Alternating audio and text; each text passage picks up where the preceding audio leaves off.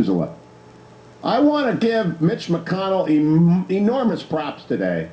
He just blasted the president on the floor of the Senate today and took control of this debate. He's tired of the House Republicans and the worst communication strategy ever devised by a caucus. There's a National Review story and a Hill story on Speaker Boehner and Eric Cantor today, and you know what? They can talk to the conference all they want. They're not anywhere to be found. Really, they're on milk cartons. Where are Boehner and Cantor? Where's Kevin McCarthy? They're on milk cartons. Instead of going out there on the hour and saying, Mr. President, send us your cuts. But McConnell stepped into the gap. I think he finally realized if he leaves it up to the House, no one's going to communicate anything against this tidal wave of lies the president's putting out. Here's cut number one of Mitch McConnell today. It's actually cut number two. The president broke his own silence on the debt ceiling and got personally involved himself. Incredibly, for those of us who had been calling for action on this issue day in and day out for about 2 years, the president tried to put the burden on us. With the nation edging closer to the debt limit deadline, the president retreated behind poll-tested rhetoric of class warfare. At a moment when we needed leadership the most, we got it the least. The financial security of the nation was being gambled on the president's wager that he could convince people our problems would be solved if we all agreed to take it out on the guy in the fancy house down the street.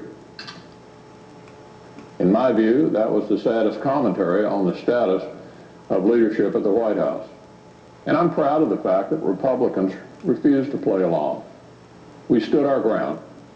We know that what Americans need right now is for the government to make job creation easier, not harder. And we said so. At a time when 14 million Americans are looking for work, we refused to support a tax hike. We supported jobs and economic growth instead. Now, I want to go to the end of his remarks, his wind-up, his crushing blow to Obama's ego and to his prattering. It's cut number 11. Listen to this very, very closely. Mitch McConnell today. I won't betray the confidence of those who were willing to negotiate with us, but there can be no question by anyone involved in these discussions that Republicans were willing to make tough choices. So where do we go from here?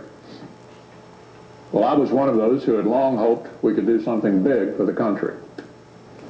But in my view, the president has presented us with three choices: smoke and mirrors, tax hikes, or default. Republicans choose none of the above.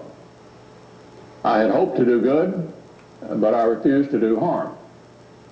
So Republicans will choose a path that actually reflects the will of the people, which is to do the responsible thing and ensure that the government doesn't default on its obligations, and to continue to press the administration to rein in Washington, not to freeze it in place. That's why I will continue to urge the president to rein in our deficits and debt in a way that puts the short and long-term health of our economy ahead of his personal vision of government. That's what the American people want. That's what Republicans will continue to insist on. Nothing less will solve the crisis we face. Nothing less will do.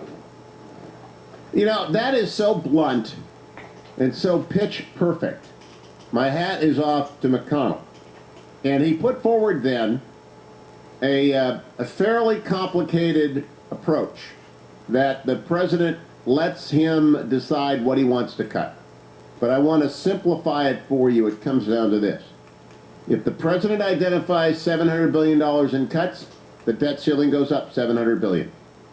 And that happens 3 times between now and the next election. If we need $2 trillion worth of new debt issued, I can't even believe that. That takes us to $16 trillion in debt.